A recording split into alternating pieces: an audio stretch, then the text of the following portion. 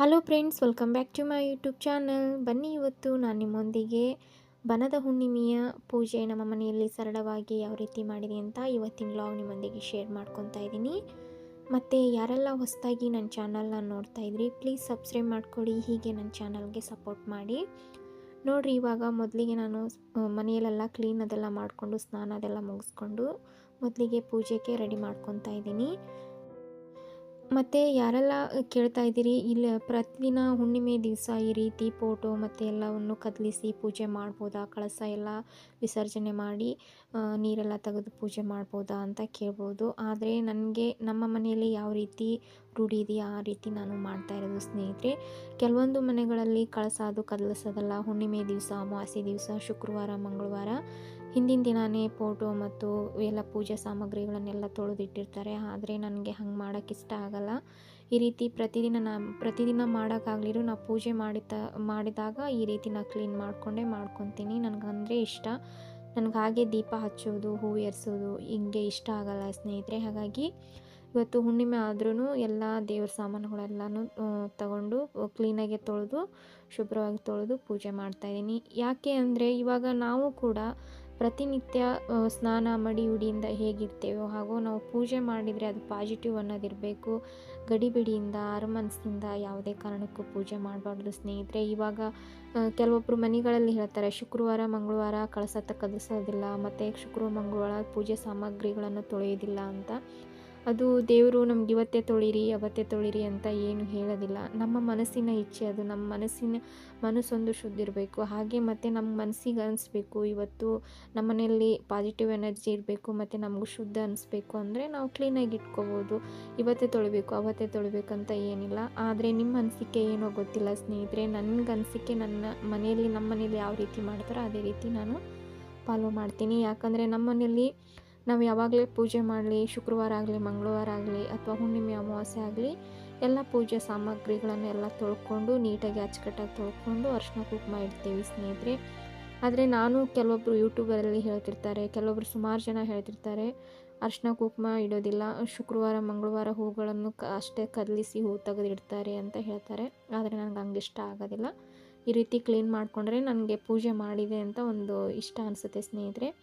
ಹಾಗಾಗಿ ಈ ಮಾಹಿತಿ ನಿಮ್ಮೆಲ್ಲರಿಗೂ ಇಷ್ಟ ಆಗುತ್ತೆ ಅಂದ್ಕೊಂಡಿದ್ದೀನಿ. ಮತ್ತು ನೀವು ಯಾವ ರೀತಿ ಪೂಜೆನ ಸಲ್ಲಿಸ್ತೀರಾ ಅಂತ ಹೇಳ್ಬೋದು ಸ್ನೇಹಿತರೆ. ಕೆಲವೊಂದು ಮನೆಗಳಲ್ಲಿ ವಿಗ್ರಹಗಳದ್ದು ಏನು ಇಟ್ಟಿರೋದಿಲ್ಲ, ಬರೀ ಫೋಟೋಗಳು ಇಟ್ಟಿರ್ತಾರೆ. ಅಂಥವರು ಕೂಡ ಫೋಟೋಗೆ ಒಂದು ಸ್ವಲ್ಪ ಎಲ್ಲ ಬಟ್ಟೆಯಿಂದ, ಶುಭ್ರವಾದ ಬಟ್ಟೆಯಿಂದ ಒರೆಸಿ ಅರಿಶಿನ ಕುಂಕುಮ ಇಡೋದ್ರಿಂದ ಏನೂ ತಪ್ಪಿಲ್ಲ ಸ್ನೇಹಿತರೆ. ಯಾಕಂದರೆ ಕೆಲವೊಬ್ರು ಏನು ಮಾಡ್ತಾರೆ, ಇಲ್ಲ ನಾವು ಅರಿಶಿನ ಕುಂಕುಮ 15 ದಿವ್ಸಕ್ಕೊಂದು ಸಲ ಇಡೋದು, ಬರೀ ಹೂಗಳನ್ನು ಏರಿಸೋದು ಅಂತ ಈ ಥರ ಹೇಳ್ತಿರ್ತಾರೆ. ಆದರೆ ನಾನು ಕೇಳಿದ್ದೀನಿ, ಆದರೆ ನನಗೆ ಹಂಗೆ ಇಷ್ಟ ಆಗಲ್ಲ. ನನಗೆ ಮಾತ್ರ ಈ ಥರ ಇಷ್ಟ. ನಾವು ಹುಣ್ಣಿಮೆ ಆಯಿತು, ಅಮಾವಾಸ್ಯೆ ಆಯಿತು, ಶುದ್ಧವಾಗಿ ಎಲ್ಲ ಫೋಟೋ ಮತ್ತು ವಿಗ್ರಹಗಳನ್ನೆಲ್ಲ ನೀಟಾಗಿ ತೊಳೆದು ಪೂಜೆ ಮಾಡ್ತೀನಿ ಸ್ನೇಹಿತರೆ. ಇವಾಗ ನೋಡಿರಿ, ಹೂವು ಅದೆಲ್ಲ ತೊಗೊಂಬಂದಿದ್ದೆ. ಮತ್ತು ಹೂವಿಗೆ ಒಂದು ಸ್ವಲ್ಪ ನೀರನ್ನು ಈ ರೀತಿ ಸಿಂಪಡಿಸ್ತೀನಿ. ಮತ್ತು ಕಳಸದ ಎಲೆಗಳನ್ನೆಲ್ಲ ನೀಟಾಗಿ ತೊಳ್ಕೊಂಡು ಎಲ್ಲ ಪೂಜೆ ಸಾಮಗ್ರಿಗಳನ್ನೆಲ್ಲ ತೊಳೆದಿಟ್ಕೊಂಡಿದ್ದೀನಿ ಸ್ನೇಹಿತರೆ. ಇವಾಗ ಪೂಜೆ ಎಲ್ಲ ಮಾಡ್ಕೋಬೇಕು. ಮತ್ತು ಕೆಲವೊಬ್ರು ಹೇಳ್ತಾರೆ ಕಳಸದ ಕಾಯಿ ಅಮಾವಾಸ್ಯೆಗೆ ಒಮ್ಮೆ ಚೇಂಜ್ ಮಾಡೋದು ಮತ್ತು ಹುಣ್ಣಿಮೆಗೊಮ್ಮೆ ಚೇಂಜ್ ಮಾಡೋದು ಅಂತ. ನಾನು ಅದೇ ಥರನೇ ತಿಂಗಳಿಗೊಂದು ಸಲ ಚೇಂಜ್ ಮಾಡ್ತೀನಿ, ಆದರೆ ಅಮಾವಾಸ್ಯೆ ಮಾತ್ರ. ಮತ್ತು ಅಮಾವಾಸ್ಯೆ ಕಾಯಿನ ಕೆಲವೊಬ್ಬರು ವರ್ಷ ಪೂರ್ತಿ ಇಡ್ತಾರೆ, ಆ ಥರನೂ ಇಡ್ಬೋದು. ಆದರೆ ಅದಕ್ಕಿಂತ ಇದು ತಿಂಗಳ ಚೇಂಜ್ ಮಾಡ್ತಾರಲ್ಲ, ಅದು ಒಳ್ಳೆಯದು ಸ್ನೇಹಿತರೆ. ಇವಾಗ ನೋಡಿರಿ, ಎಲ್ಲ ದೇವ್ರ ಮನೆಯೆಲ್ಲ ಕ್ಲೀನ್ ಮಾಡ್ಕೊಂಡಿದ್ದೀನಿ. ಪೂಜೆಗೂ ಎಲ್ಲ ರೆಡಿ ಮಾಡ್ಕೊತಾ ಇದ್ದೀನಿ. ಇವತ್ತು ಅಷ್ಟದಳ ರಂಗೋಲಿ ಹಾಕ್ಕೊಂಡು ಕಳಸಕ್ಕೆಲ್ಲ ರೆಡಿ ಮಾಡಿಕೊಂಡು ಇಟ್ಕೊಂಡಿದ್ದೀನಿ. ಮತ್ತು ಚೊಕ್ಕದಾಗಿ ನೀಟಾಗಿ ರಂಗೋಲಿನೂ ಬಿಟ್ಕೊಂಡಿದ್ದೀನಿ ಬಾಗಿಲಲ್ಲಿ. ನೋಡಿರಿ, ಈ ರೀತಿ ರಂಗೋಲಿ ಎಲ್ಲ ಬಿಟ್ಕೊಂಡು ಬಾಗಿಲಿಗೆ ಅರಿಶಿನ ಕುಂಕುಮ ಎಲ್ಲ ಇಟ್ಕೊಂಡು ನೀಟಾಗಿ ಮಾಡಿಟ್ಕೊಂಡಿದ್ದೀನಿ ಸ್ನೇಹಿತರೆ. ಇವತ್ತು ಬನದ ಹುಣ್ಣಿಮೆ, ವರ್ಷದ ಮೊದಲನೇ ಹುಣ್ಣಿಮೆ ಅಂತಲೇ ಹೇಳ್ಬೋದು. ಇವತ್ತು ಬನಶಂಕರಿ ಅಮ್ಮರ ಜಾತ್ರೆ ಇರುವ ಕಾರಣ ಮತ್ತು ಗುಡ್ಡದ ಯಲ್ಲಮ್ಮ, ಸೌದತ್ತಿ ಯಲ್ಲಮ್ಮ ಇವತ್ತು ಮುತ್ತೈದೆ ಹುಣ್ಣಿಮೆ ಅಂತಲೂ ಕರೀತಾರೆ ಸ್ನೇಹಿತರೆ. ಹಾಗಾಗಿ ತುಂಬ ಒಳ್ಳೆಯದು. ಮತ್ತು ಯಾರೆಲ್ಲ ಈ ಒಂದು ಹುಣ್ಣಿಮೆಯ ದಿವಸ ಹೋಗಿ ನೀವು ಕೂಡ ದೇವಿಗೆ, ಗ್ರಾಮ ದೇವತೆ ಆಗಲಿ ಅಥವಾ ಬನಶಂಕರಮ್ಮ, ಯಲ್ಲಮ್ಮ ದೇವಿ, ಈ ಥರ ದೇವತೆಗಳಿಗೆ ಹೋಗಿ ನಾವು ನಿಂಬೆಹಣ್ಣಿನ ದೀಪ ಬೆಳಿಗ್ಗೆ ಬರ್ತೀವಿ, ತುಂಬ ಒಳ್ಳೆಯದು ಸ್ನೇಹಿತರೆ. ಹಾಗಾಗಿ ನಾನು ಕೂಡ ಮನೆಯಲ್ಲಿ ಎಲ್ಲ ಪೂಜೆ ಎಲ್ಲ ಸರಳವಾಗಿ ಮುಗಿಸ್ಕೊಂಡೆ. ಇವತ್ತು ನೈವೇದ್ಯಕ್ಕಂತ ನಾನು ಶಿರ ಮಾಡ್ತಾಯಿದ್ದೀನಿ. ಹಾಗಾಗಿ ಶಿರಾನ ನೈವೇದ್ಯ ಮಾಡ್ತಾಯಿದ್ದೀನಿ.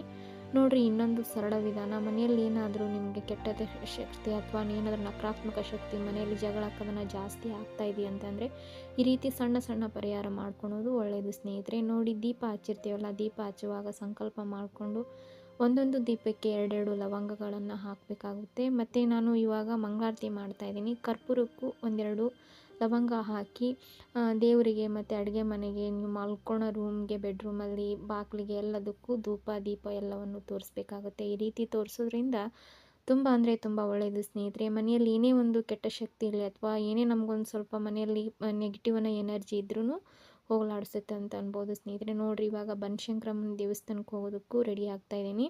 ಅರಿಶಿನ ಕುಂಕುಮ ಮತ್ತು ಮುತ್ತೈದೆಯರಿಗೆ ಇವತ್ತು ಅರಿಶಿನ ಕುಂಕುಮ ಕೊಡೋದ್ರಿಂದ ಗಂಡನ ಆಯುಷ್ಯ ಆರೋಗ್ಯ ಅನ್ನೋದು ಹೆಚ್ಚಾಗುತ್ತೆ ಸ್ನೇಹಿತರೆ. ಯಾಕಂದರೆ ಇವತ್ತು ಮುತ್ತೈದೆ ಹುಣ್ಣಿಮೆ.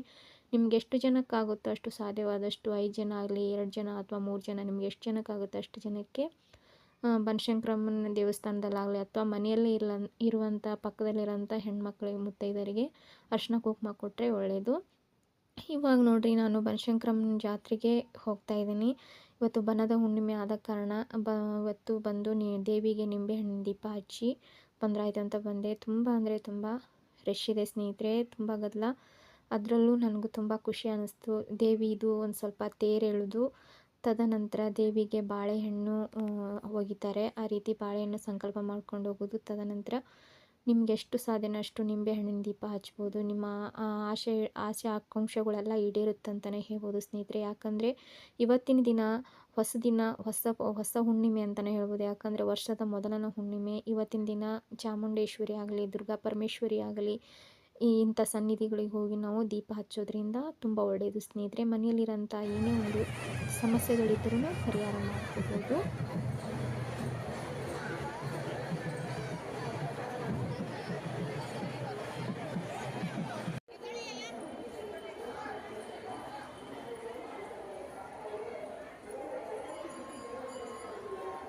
ನೋಡಿದ್ರಲ್ಲ ಸ್ನೇಹಿತರೆ, ತುಂಬ ಅಂದರೆ ತುಂಬ ಜನಜಂಗುಳಿ. ಇವತ್ತಂತೂ ಬನಶಂಕರಮ್ಮನ ಜಾತ್ರೆ ಆದ ಕಾರಣ ನಾವು ದೇವಸ್ಥಾನದಲ್ಲಿ ದರ್ಶನ ಮುಗಿಸೋಕ್ಕೆ 4 ಗಂಟೆ ಮೇಲೆ ಆಯಿತು. ಹಾಗಾಗಿ ಇವತ್ತು ತುಂಬ ಅಂದರೆ ತುಂಬ ಖುಷಿ ಅನ್ನಿಸ್ತು. ಬನಶಂಕರಮ್ಮನ ಸನ್ನಿಧಿಯಲ್ಲಿ ದೀಪ ಅದೆಲ್ಲ ಬೆಳಗಿ, ಮತ್ತು ಯಾರೆಲ್ಲ ಕಷ್ಟದಿಂದ ಬಳಲ್ತಾ ಇರ್ತೀರಲ್ಲ, ಬನಶಂಕರಮ್ಮನ ಸನ್ನಿಧಿಯಲ್ಲಿ ಇಷ್ಟು ವಾರ ಅಂತ ಸಂಕಲ್ಪ ಮಾಡಿಕೊಂಡು ನಿಂಬೆಹಣ್ಣಿನ ದೀಪ ಹಚ್ಚೋದ್ರಿಂದ ತುಂಬ ಅಂದರೆ ತುಂಬ ಒಳ್ಳೆಯದು ಸ್ನೇಹಿತರೆ. ಎಲ್ಲ ಕಷ್ಟಗಳು ಪರಿಹಾರ ಆಗುತ್ತೆ.